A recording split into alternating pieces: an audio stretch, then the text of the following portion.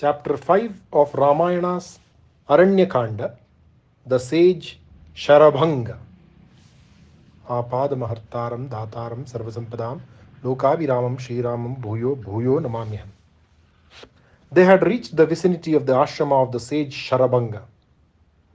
While they were very near, Rama saw something very unusual. He saw a chariot, and the chariot wheels did not touch the ground. They were poised in the air. 4 green horses were yoked to it.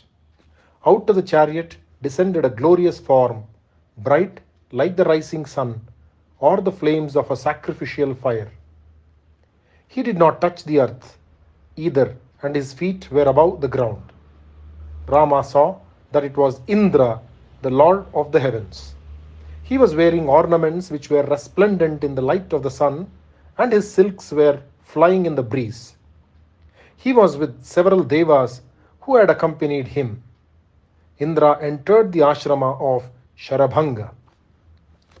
Rama with Sita and Lakshmana stood some distance away from the ashrama.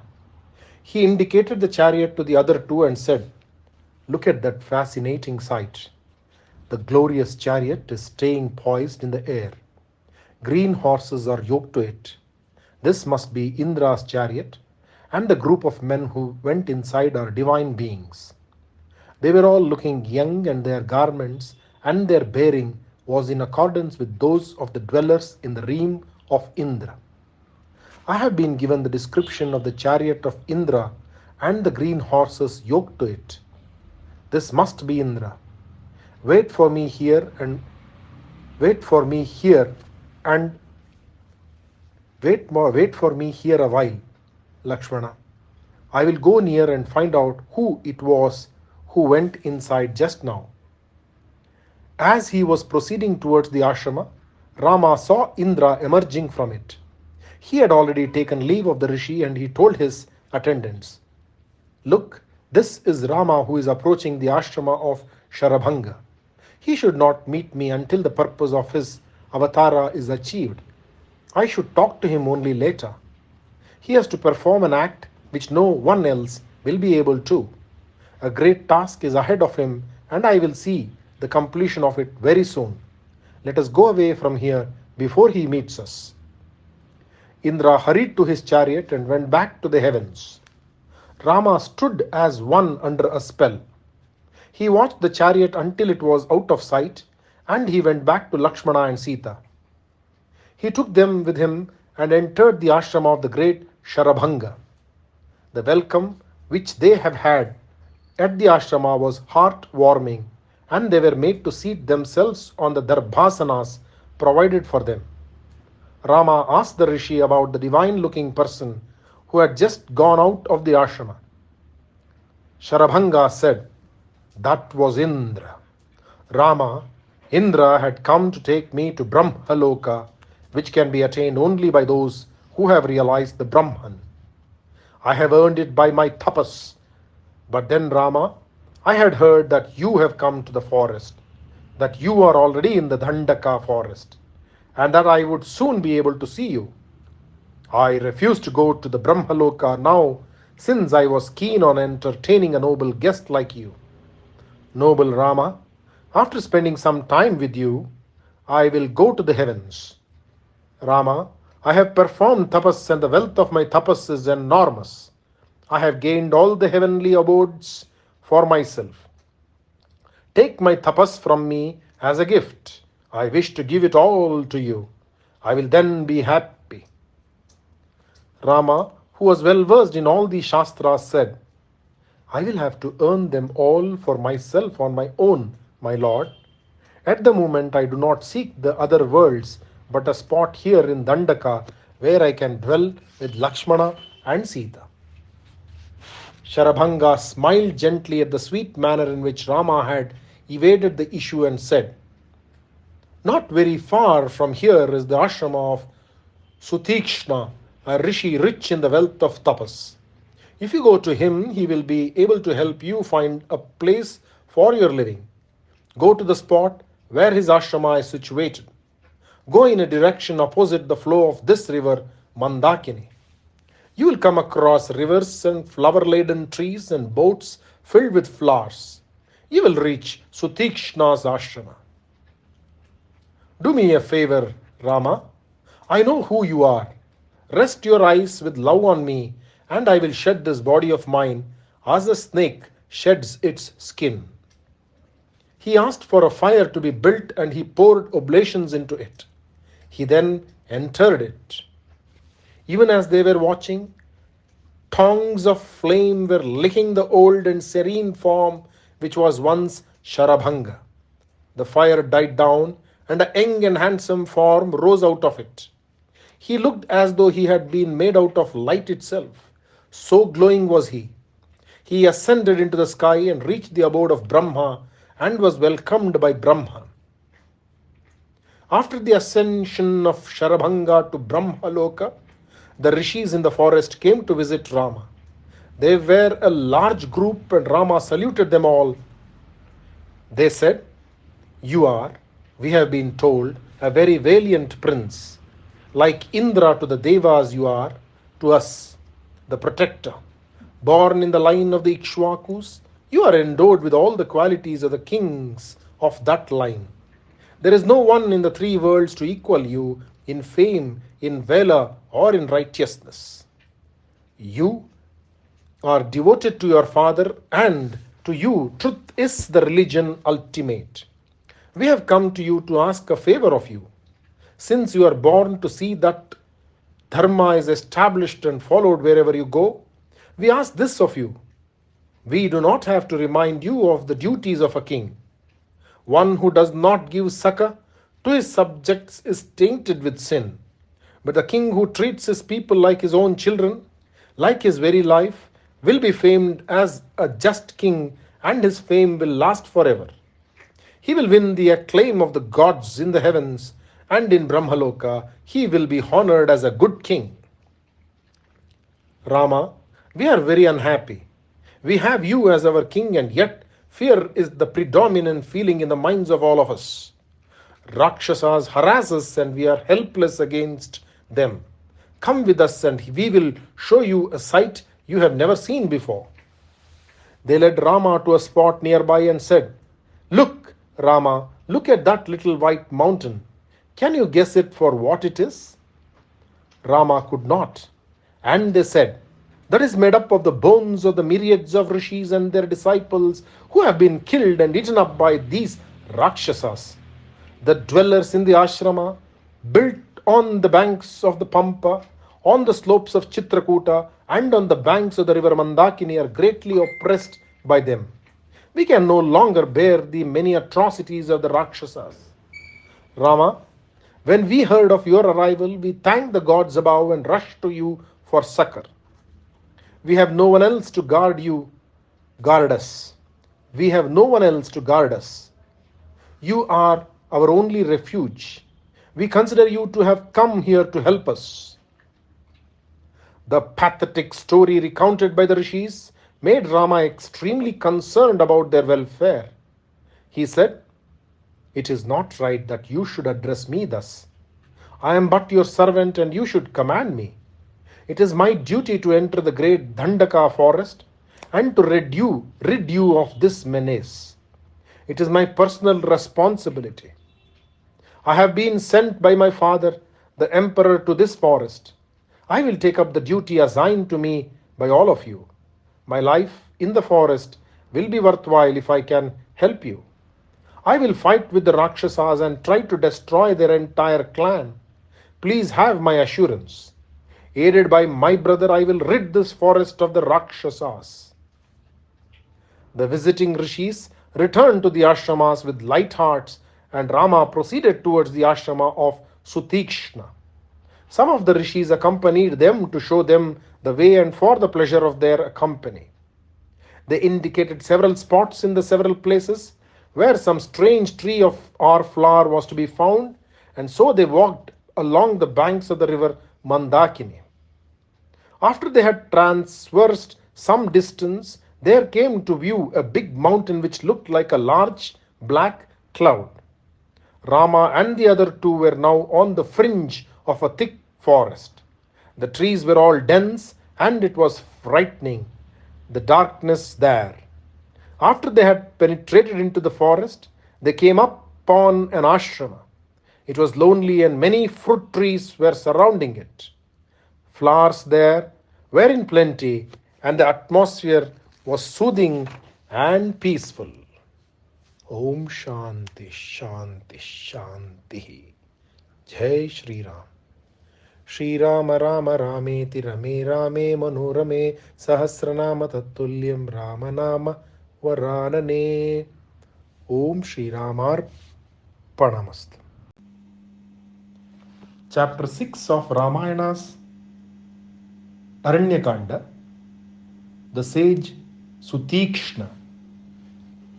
Apadamahartaram Dataram Sarvasampadam Lokaviramam Shriramam Bhuyo Bhuyo Namamyam. Rama approached the ashrama and they entered it with soft and reverent steps. They saw Sutikshna seated there. Rama announced himself and prostrated before him, and Lakshmana and Sita followed him. Rama said, Lord, I am Rama. I have come to the ashrama to pay my respects to you and take your blessings. The Rishi rose up from where he sat, embraced Rama and said, I am pleased with your coming. I should have reached the heavens long ago, but I heard that you were here in the hill by name Chitrakuta. I knew that you would come down later to Dandaka, and that was the sole reason for my remaining on the earth. I have been wanting to see you. Indra came to fetch me to the Brahmaloka. He told me that I had won all the lokas because of my tapas. Rama, accept all the worlds from me, and you, with your brother and with your wife, can live in these worlds. I will be only happy to give the results of my tapas to you. Rama smiled his gentle smile and said, The words you mention, my lord, have to be won by me on my own accord. I want you to help me find a place where I can dwell in comfort with my brother and my wife.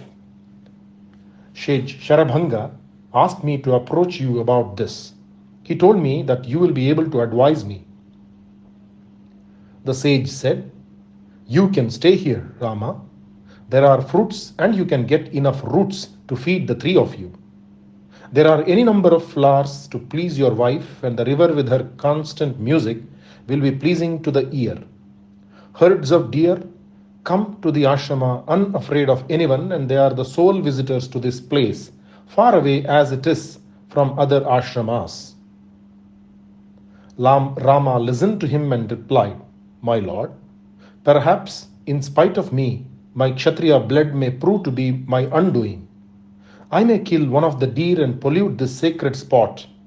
I do not think it is right on my part to dwell for long on this ashrama.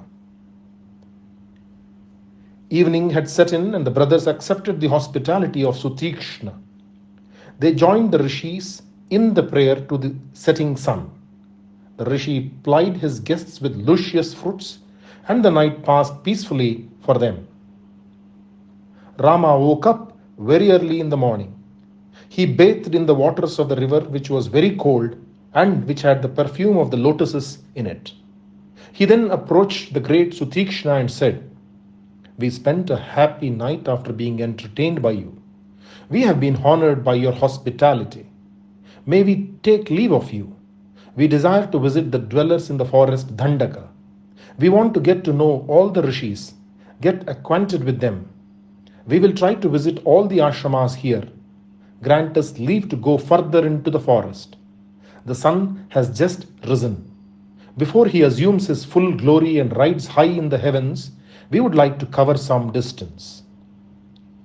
The brothers saluted him, and Sutikshna, after embracing them, said, May you have a good company with your brother and this Sita, who is following you like the shadow follows the body. Go and visit all the saints in this forest. Their ashramas will abound in fruits and roots, and they will be peopled by gentle deer, herds of them, birds which are tame and sweet. There will be many lakes and ponds full of lotuses and water birds. There will be small waterfalls here and there, and often you will hear the voice of the peacock, which dances with sheer joy. Visit me again after you have completed your pilgrimage. I will do so, said Rama and bade him farewell. Sita brought their bows, quivers, and swords.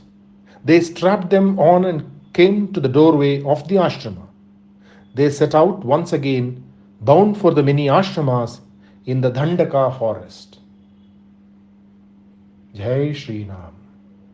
Shri Rama Rama Rameti Rame Rame Manorame Sahasranama Tattulyam Rama Nama Varanane. Om Shri Ramar Pranamastu. Chapter 7 of Ramayana's Aranyakanda, Sita's Admonition. Ramaya Ramabhadraya Ramachandraya Vedase Raghunathaya Nathaya Sitaya Pataye Namaha. While they were walking and talking about different impressions of Dandaka, Sita spoke a few words. She spoke with great diffidence, with great affection, but with a desire to express her opinion on something which happened. Sita said, Rama, the word dharma has such subtle shades of meaning. It is couched in no uncertain terms, and yet it is not always easy to know what one's dharma is. To act rightly without swerving even a hair's breadth from it is possible only for one who has no desires in his mind. I am wondering about it since some time now. There are three attitudes towards the observance of dharma. Am I right? These three should be avoided if one should be righteous. Uttering a falsehood is the first of these three. It is a great sin. A greater sin is desiring to possess the wife of another man. The third, which is said to be worse than even these two, is hurting someone who has not offended one in any manner. Rama, you have never been guilty of speaking an untruth. You have not done it so far, and you will not do it in the future. That is certain. As for the second sin, you are not guilty of that either. Never once have you looked at anyone other than me. Sita paused, and Rama smiled at her as if to say, Go on, tell me what you want to. I will listen. Do not be hesitant. Sita spoke softly and said, I am afraid that the third sin may taint you. In your partiality towards the inmates of the forest, you have decided to fight with the Rakshasas who have not offended you in any way. Was this why you came to Dandaka, bow in hand? Is the bow an indication of future sorrow in store for us? I am scared, my lord, of the possible consequences. Ever since you gave them your word to the rishis that you would fight with the Rakshasas and rid the forest of them, I have been worried. I am against your proceeding into the forest any further. I will give you my reason. The moment your eyes light on a Rakshasa, your fingers will itch to kill him, and to you, to think is to act. Fire increases in strength when fed by firewood, and the glory of a Kshatriya is enhanced by the bow in his hand. The touch of a weapon, I am told, is like the touch of fire. It is not because I do not respect you that I am talking like this, Rama. I do not want to teach you dharma. Far from it. But because of the privilege of love which is there between you and me, I am asking you if you have done love which is there between you and me. I am asking you if you have done right. Unless provoked to do so, it is not right for you to kill anyone, even if he is a Rakshasa. You have adopted the garb of a tapaswin. Then you should also live in accordance with it. When we go back to Ayodhya, you can go back to the Kshatriya dharma which you should follow there. This entire world is the essence of dharma. Dharma grants one all the four arthas, and man is granted peace if he observes dharma. Man obtains everything he desires if he is strict in his observance of dharma. Forgive me, Rama, for trying to tell you what you should do. A woman's natural fear of the unknown has prompted me to say these things. You are the image of Dharma, and it is not pertinent to talk to you about it. Consider what I have said with your brother. Think it over and come to a decision. Rama was pleased with the concern of Sita about him. He knew what was worrying her, and he said, Sita, I will never swerve from the path of Dharma. You know that. You are the daughter of Janaka, the greatest of saints, and it is not surprising that you should know all the nuances of Dharma. But I am sorry for these rishis. Consider these rishis, Sita. They have donned the garbs of mendicants. They have abandoned all the pleasures and all comforts of life with but one view, tapas. They are now distressed because of the Rakshasas, and they have come to me asking me to save them. They have lost their peace of mind, which is essential for meditation. And such good people are tortured and eaten up by the Rakshasas. These men have come to me and they asked me to protect them. When I heard them, the only words I could speak were the ones you heard. They called me their only refuge, and I have assured them that I will do what they have asked me to. Tapas is very difficult to undertake, and they have done it. I consider it my duty to help them pursue their tapas. I cannot go back on my promise. I may give up my life, Lakshmana, or even you, but I have to keep my promise to the rishis. Even if they had not asked me for it, I should have, on my own accord, offered to protect them, since I am a Kshatriya. I am charmed by your concern for me, Sita.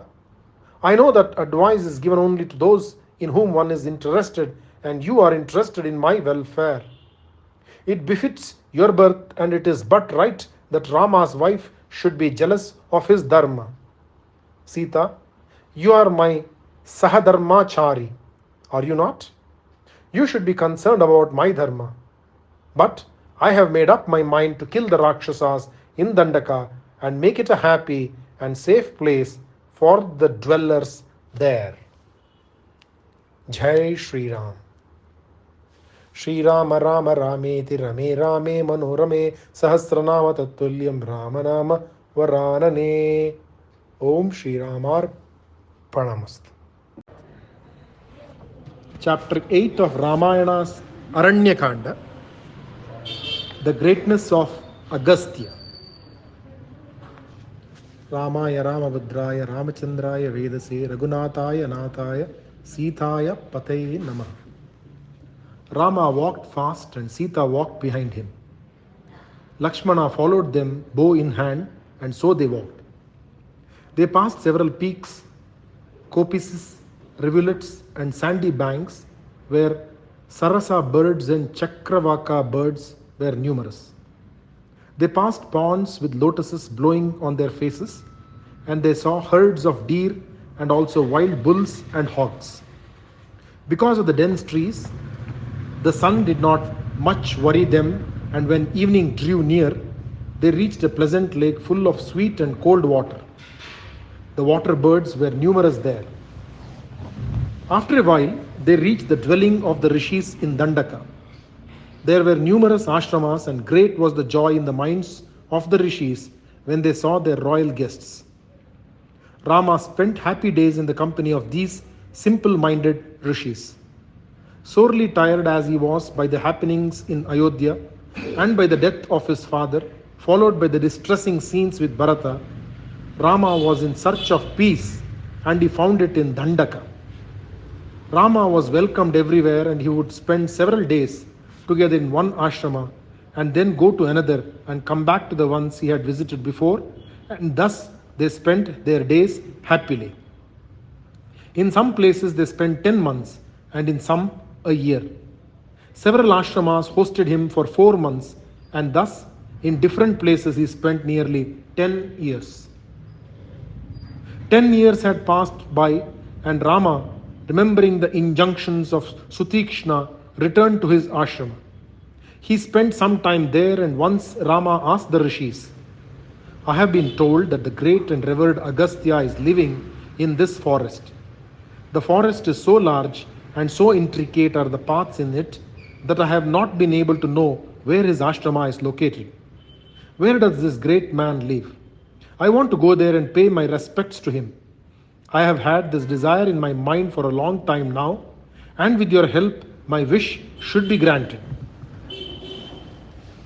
Sutikshna said, Rama, I have always been wanting to tell you this. Go and visit Agastya. And you have asked me the way to his ashrama. I will tell you how to reach the ashrama of Agastya. Go southwards from here for a distance of 4 yojanas. There you will find the beautiful ashrama of Agastya's brother. Spend a night there in those sylvan surroundings. Agastya's brother will be happy to have you with him as his guests. After spending a night there, you can proceed in the morning to the ashrama of Agastya. You should continue southwards, and after you cover a distance of 1 yojana, you will find yourself in Agastya's ashrama.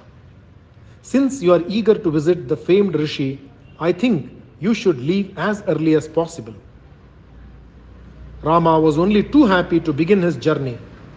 Sita and Lakshmana were ready to leave at once, and soon they were on their way.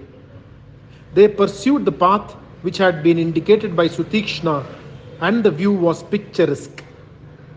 Rama was enjoying himself and told his brother, Lakshmana, look, there is an ashrama set in the midst of trees, and that should be the ashrama of Agastya's brother. Look at the trees with their heads drooping as though they are unable to bear the weight of the flowers. I can see samit here and there, gathered for the kindling of the sacred fire. Darba grass with a few drops still on the tips look like they are set with gems. I can see smoke rising from the ashrama. Look at the dense smoke like a cloud. Did you know that this entire south was made safe for the rishis dwelling here by the power of Agastya's tapas? Once there were 2 cruel Rakshasa brothers, and their names were Ilvala and Vatapi. They were always engaged in killing the Brahmins who were here. Their method was novel.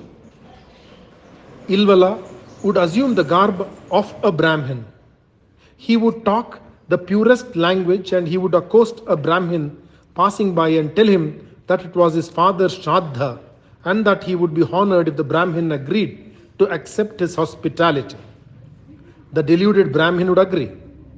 Ilvala would ask his brother to become a goat.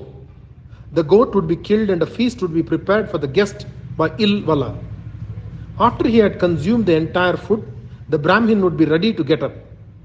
Ilvala would shout, Vatapi, come out.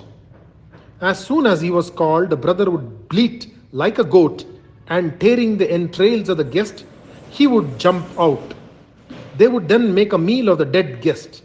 This went on for a long time. The Devas were not able to do anything about it.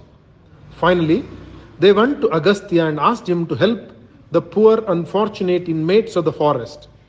He agreed. On a particular day, he went past the place where Ilvala was said to wait for a possible victim. Agastya walked slowly past, and sure enough, Ilvala was there, and the request was made as usual with him. Agastya agreed to be the guest at the Shraddha. Vatapi in the form of a goat was killed, and it was consumed after it had been cooked. When the meal was over, Ilvala gave the offering of water in the outstretched palm of Agastya and cried out, Vatapi, come out. Nothing happened. The Rakshasa called again, and still Vatapi did not appear. Agastya laughed at the discomfiture of Ilvala and said, Vatapi, in the form of a goat, has been consumed by me, and he has been well digested by me. It is of no use calling him. He is not there to respond to your summons. Ilvala was dumbfounded, and he was furious with the sage. He sprang at Agastya with the desire to kill him. Agastya looked at him in anger, and he was burned to ashes. This ashrama is that of his brother. Come, let us go there. We have reached the hermitage, I think. It was evening when they entered the ashrama of Agastya's brother. They went to the presence of the rishi, who welcomed them with great excitement. They spent the night there. In the morning, Rama went to the rishi and said, "Salutations to you. We spent a happy night here. We want you to grant us leave to go and visit your illustrious brother." After taking leave of him, Rama and Sita with Lakshmana went in search of the ashrama. What impressed them most was the picturesqueness of the Dandaka forest. Wherever they looked, nothing but beauty met their eyes. It was the sight of the magnificent trees, some of them rich with dense green leaves, some with edible fruits and some with flowers whose perfume was exceedingly sweet. Everywhere there were animals, monkeys, elephants, and flocks of birds, and they flew in the sky, making patterns as they flew in the groups. Rama was walking fast and he was excited at the thought of meeting the great Agastya. The yojana had been covered and Rama said, "Lakshmana, the trees look well cared for and the deer are tame. Even the birds here are flying without any fear. We must have come very near our destination. See, the clothes of the ashrama dwellers are hanging out in the sun to dry. I can smell the ghee which has been poured as an oblation into the fire. Come, I can see the ashrama which is very near now. Let us hurry. We will be meeting the great Agastya, at whose command the mountain Vindhya stopped growing. I have held him in great regard and I am very happy that we are able to see him in person now. He is worshipped by men and gods alike. He will give us his blessings. Lakshmana, I will wait here with Sita.